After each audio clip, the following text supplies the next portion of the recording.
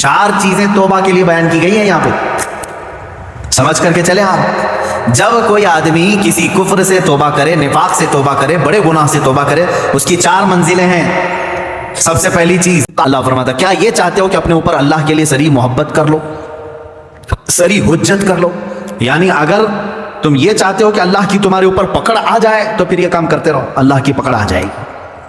آگے رب تعالیٰ فرماتا، منافقین جو ہے یہی کام کرتے تھے، ان کے پاس جا کر بیٹھتے تھے، ڈسکس کرتے رہتے تھے، دین کے معاملات کو لے کر کے مذاق کرتے رہتے تھے، حضور صلی اللہ تعالیٰ علیہ وسلم کے معاملات کو لے کر کے آپس میں ڈسکس کرتے رہتے تھے۔ قرآن کی آیتیں اتر گئیں، اللہ نے فرمایا منافقین جہنم کے سب سے نیچے طبقے میں، وَلَن تَجِدَ لَهُمْ نَصِيرًا، اور پھر تم دیکھو گے ان کا کوئی مددگار نہیں ہوگا۔ ہاں إِلَّا الَّذِينَ تَابُوا، اب یہاں توبہ کی اہمیت بیان کی جائے، مگر وہ لوگ جنہوں نے توبہ کر لیا، وَأَصْلَحُوا، اور اپنے آپ کو سنوار لیا، وَاعْتَصَمُوا بِاللَّهِ، اور اللہ کی رسی کو مضبوطی سے پکڑ لیا، وَأَخْلَصُوا دِينَهُمْ لِلَّهِ، اور اپنے دین کو اللہ کے لیے خالص کر لیا، فَأُولَٰئِكَ مَعَ الْمُؤْمِنِينَ، تو پھر وہ مومنین کے ساتھ ہوں۔ 4 چیزیں توبہ کے لیے بیان کی گئی ہیں یہاں پہ، سمجھ کر کے چلیں آپ۔ جب کوئی آدمی کسی کفر سے توبہ کرے، نفاق سے توبہ کرے، بڑے گناہ سے توبہ کرے، اس کی 4 منزلیں ہیں۔ سب سے پہلی چیز تابو، توبہ کرے۔ توبہ گال پہ تھپڑ مارنے کا نام نہیں ہے، توبہ لفظ ہے رجوع کرنے کا۔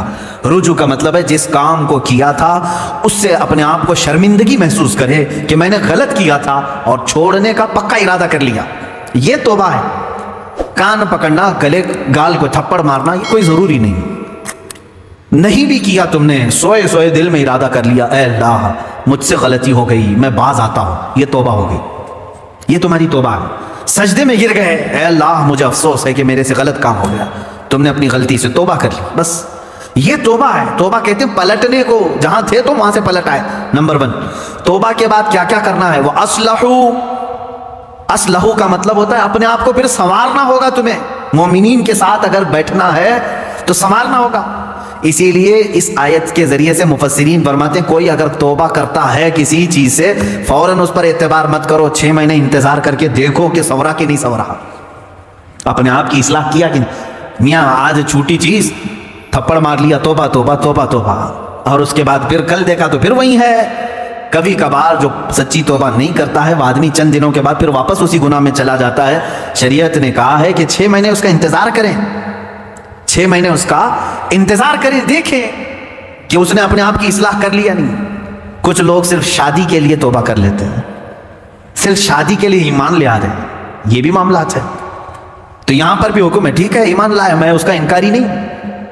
کوئی لڑکی ایمان لے آئی، کوئی لڑکا ایمان لے آیا، اسلام میں داخل ہوئے، تو حکم تو یہ ہے کہ 6 ماہ اس کا انتظار کرو، دیکھو کہ حقیقت میں اس نے اپنے آپ کو سنوار لیا کہ نہیں۔ ارے ادھر صبح توبہ کیا، دوپہر میں نکاح کی محفل بیٹھ گئی، پھر شام میں پتہ چلا کہ ہو گیا، اب واپس چلو اپنے دھرم میں، یہ تو دھوکہ دینا ہوا۔ تو اصلاح کرنا اپنے آپ کی، یہ توبہ کی دوسری منزل ہے۔ تم ایمان والوں میں کب شامل کیے جاؤ گے؟ پہلے نمبر پر توبہ، دوسرے نمبر پر اپنی اصلاح۔ وہ یوں ہی سمجھ لیں زخم ہو گیا تھا، ہاتھ میں زخم ہو گیا تھا، پھوڑی ہو گئی تھی، پھٹ گیا، گئے ڈاکٹر کے پاس، کس کام کے لیے؟ علاج کے لیے۔ اب وہاں 2 چیزیں ہیں، 2 چیزیں، پہلے تو اس کو صاف کر کے وہ پٹی باندھے، پہلے تو صاف کر کے پٹی باندھے، اس کے بعد پھر دوائی بھی دے کہ جو کمزوری آئی ہے وہ دور ہو سکے۔ دونوں میں خالی ایک ہی کیا، خالی دوائی لے کر کے آیا، زخم کو نہ پوچھا نہ کچھ نہیں، تو زخم تو باقی رہا اور دوائی کھا رہے ہو، یا زخم کو تم نے سب پوچھ دیا لیکن دوائی کھائی نہیں، تو بھی چنگا ہونے میں، بھلا ہونے میں ٹائم لگتا ہے۔ اسی طرح سمجھ لیں کہ گناہوں سے توبہ کر لیا، پٹی باندھ لیا، اصلاح کرنے کے لیے نمازوں کی کثرت کرو، خیرات کی، یہ گولی کا کام کرے گی، تمہارے جسم کے اندر اصلاح پیدا ہو جائے گی۔ مثال کے طور پر اب دارالحرب ہے، ہمارے ہاں تو اسلامی نظام ہے نہیں، یہاں اگر جیسے بھیانک گناہ ہو جاتے ہیں تو کیا کرنا چاہیے اسے؟ جیسے زنا ہو گیا کسی سے، اسلامی ریاست ہوتی تو اسے تو سنسار کرنے کا حکم ہے نا۔ غیر شادی شدہ ہو تو 100 کوڑے مارے جائیں گے، شادی شدہ ہو تو سنسار کیا جائے گا، یہ اسلامی سزا ہے۔ یا چوری کیا ہے تو ہاتھ کاٹا جائے گا، یہ معاملات ہیں۔ لیکن آپ دارالحرب میں ہیں، یعنی یہاں اسلامی نظام نہیں، آپ سے ایسا گناہ سرزد ہوا تو آپ کیا ہے؟ اس کے لیے اسلام نے یہ نظام رکھا ہے کہ تم سب سے پہلی چیز توبہ کرو، توبہ کرو، اس بھیانک گناہ سے توبہ کرو۔ دوسرے نمبر پر اللہ نے فرمایا وَأَصْلِحُوا، اور اپنی اصلاح کرو۔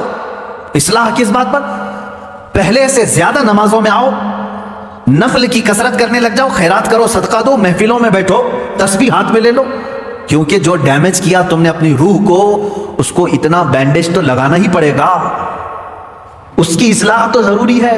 تو جس سے گناہ سرزد ہوئے وہ اگر توبہ کرنا چاہتا ہے تو دو چیزیں پہلے سمجھ لیں، ایک تو سچے دل سے توبہ کرنا یعنی باز آنے کا ارادہ کر لینا، دوسری اس پر نیکیوں کی کثرت کرنا، تب جا کر کے وہ توبہ کا پھل تمہیں ملے گا۔ ہاں بعض جگہوں پر میں نے دیکھا ہے دیہاتوں وغیرہ میں وہ لوگ کسی لڑکے اور لڑکی کے معاملے کو دیکھتے ہیں کہ یہ غیر شادی شدہ تھے اور چلے گئے اور ساتھ میں رات بتا کر کے آئے تو ان کو پکڑ کر کے جماعت والے بٹھاتے ہیں، اسلامی سزا ہے نہیں، آپ دے نہیں سکتے۔ اور بعض دیہاتوں میں نے دیکھا ہے کہ جھاڑو لے کر کے اس کو مارتے ہیں یا ٹاول کو لپیٹ کر کے اس کو مارتے ہیں۔ یہ مذاق کر رہے ہیں اسلامی نظام کا، مذاق ہے اسلامی نظام کا۔ وہ تو حضرت ایوب علیہ السلام کی بیوی کے لیے اترا تھا قرآن پاک میں، حضرت ایوب علیہ السلام نے قسم کھا لی تھی اپنی بیوی کے بارے میں کہ وہ شیطان کے پاس گئی تھی، اگر میں صحیح ہو جاؤں تو تجھے 100 کوڑے ماروں گا۔ آپ صحیح ہو گئے، 100 کوڑے مارنے والے تھے، لیکن وہ بیوی بڑی نیک شعار تھی۔ اللہ نے حکم فرمایا جبرائیل امین کو، جاؤ ایک جھاڑو جس میں 100 کاڑیاں ہو وہ ایوب کو دے دو اور کہو کہ ایک بار اس سے اپنی بیوی کو مارے، ان کی قسم پوری ہو جائے گی۔ یہ قرآن میں ہے۔ وہ ایوب علیہ السلام کی بیوی کے لیے یہ بات اتری تھی، تو میں نے کسی گاؤں کے متولی صاحب کے متعلق یہ سنا کہ وہ بھی 100 کاڑیوں کی جھاڑو لے کر کے اس لڑکے کو مارتے ہیں جو لڑکی کو بھگا لے جاتا ہے، اور کہتے ہیں 100 کوڑوں کے برابر ہو گیا، اور اگر 100 کوڑے مارو گے تو پھر اگلا دن آپ کے کوڑے پڑنے کا آ جائے گا۔ یہاں نہیں مار سکتے، یہاں صرف یہ ہے کہ سچی توبہ کی اسے تلقین کی جائے، رو رو کر کے تو توبہ کرے، اس کے بعد اپنی اصلاح کرے۔ اپنی اصلاح کیسے؟ نیکیوں کی کثرت کرے۔ پہلے نماز کم پڑھتا تھا تو اب زیادہ کر لیں، نفل نہیں تھے تو نوافل کی زیادہ تعداد کر، درود مبارکہ آیت کریمہ کا ورد زیادہ کرے۔ یوں ہی سمجھ لیں کہ بیماری کے بعد جب آدمی اٹھتا ہے تو اسے ٹونک لینی پڑتی ہے، اچھی غذا دینی پڑتی ہے تاکہ اس کی جو گری ہوئی صحت ہے وہ جلدی صحیح ہو جائے۔ گناہ کرنے کے بعد بندے کی روح اسی طرح بیمار ہوتی ہے، توبہ کے بعد اسے ٹونک دینے کے لیے نیکیوں کی کثرت ضروری ہے، وہ نوافل کی کثرت کرے۔ نمبر 3 وَاعْتَصَمُوا بِاللَّهِ، اللہ کی رسی مضبوطی سے تھام لے۔ یہ اللہ کی رسی ہے کیا؟ اس پر ہی بہت گھنٹوں تفسیر ہو جائے گی۔ یہ قرآن پاک میں گزر وَاعْتَصَمُوا بِحَبْلِ اللَّهِ، چوتھے پارے میں یہ آیت گزر چکی ہے، اور یہاں اللہ نے فرمایا وَاعْتَصَمُوا بِاللَّهِ، اللہ کی رسی مضبوطی سے پکڑ لو۔ اللہ کی رسی کیا ہے؟ آسمان سے کوئی چیز لٹک رہی ہے کہ اس کو پکڑ کر کے جھولتا رہے گا، چھوڑے گا نہیں۔ اللہ کی رسی، مفسرین کے الگ الگ اقوال ہیں۔ قرآن پاک اللہ کی رسی ہے، اسے جو تھام لیا گویا کہ وہ اللہ کی رسی کو پکڑ لیا۔ رسول پاک صلی اللہ تعالی علیہ وسلم کی ذات اللہ کی رسی ہے، حضور صلی اللہ علیہ وسلم کو جو تھام لیا، ان کی تعلیمات کو، وہ اللہ کی رسی کو پکڑ لیا ہے۔ اہل بیت اطہار جو رسول اللہ کی آل ہیں، ان کو کہا گیا ہے کہ وہ اللہ کی رسی ہیں، ان کو جو تھام لیا وہ اللہ کی رسی کو پکڑ لیا۔ اہل اللہ جو ہیں اولیاء کاملین، یہ اللہ کی رسی ہیں، ان میں سے کسی کو اس نے تھام لیا وہ اللہ کی رسی کو پکڑ لیا۔ تو توبہ کرنے کے بعد اور دو چیزیں ایکسٹرا ہو گئی، ایک اصلاح، دوسرے نمبر پر اللہ کی رسی کو پکڑنا ہے، یعنی قرآن لے لو۔ قرآن کو لے لینے کا مطلب یہ نہیں ہے کہ پکڑ کر کے زندگی بھر رہے، قرآن کی تعلیمات پر چلے، قرآن سے لگاؤ اور محبت بڑھا لے، اور اس کی تلاوت کثرت سے کرے، یہ اللہ کی رسی ہے۔ حضور پاک صلی اللہ علیہ وسلم سے محبت زیادہ کر لے، وہ اللہ کی رسی ہے۔ اور ایک بات یاد رکھیں، میں آپ سے کہتا ہوں، یہاں میرے پاس ایک رسی ہے، ایک اس کا سرا، ایک کونا میرے پاس ہے، ایک باہر، اور آپ نے اس رسی کو پکڑ لیا، اور جب میں رسی کھینچوں تو سیدھے آپ کس کے پاس آئیں گے؟ میرے پاس آ جائیں گے، بلا تشبیہ و بلا تمثیل۔ اللہ نے قرآن میں فرمایا اللہ کی رسی کو پکڑ لو، یعنی اللہ رب العزت کی جو رسی ہے وہ خود خدائے قدیر و جبار کے دست قدرت میں ہے، اور اس رسی کا ایک سرا، ایک کونا دنیا میں ہے، وہ رسول پاک کی شکل میں ہے، اہل بیت اطہار کی شکل میں ہے، قرآن عظیم کی شکل میں ہے۔ ان کو جس نے پکڑ لیا، جب رب تبارک و تعالیٰ سارے لوگوں کو کھینچے گا تو تم وہیں جاؤ گے جہاں اس رسی کا دوسرا کنارہ ہوگا۔ اسی کو کہتے ہیں اللہ رب العزت تک پہنچنے کے لیے اس کی رسی کو تھام لینا، یعنی اہل اللہ، اولیاء کاملین سے وابستہ ہونا، قرآن پاک سے اور رسول پاک کی زندگی سے وابستہ ہونا۔ 3 چیزیں میں نے گنا دیا توبہ کے لیے۔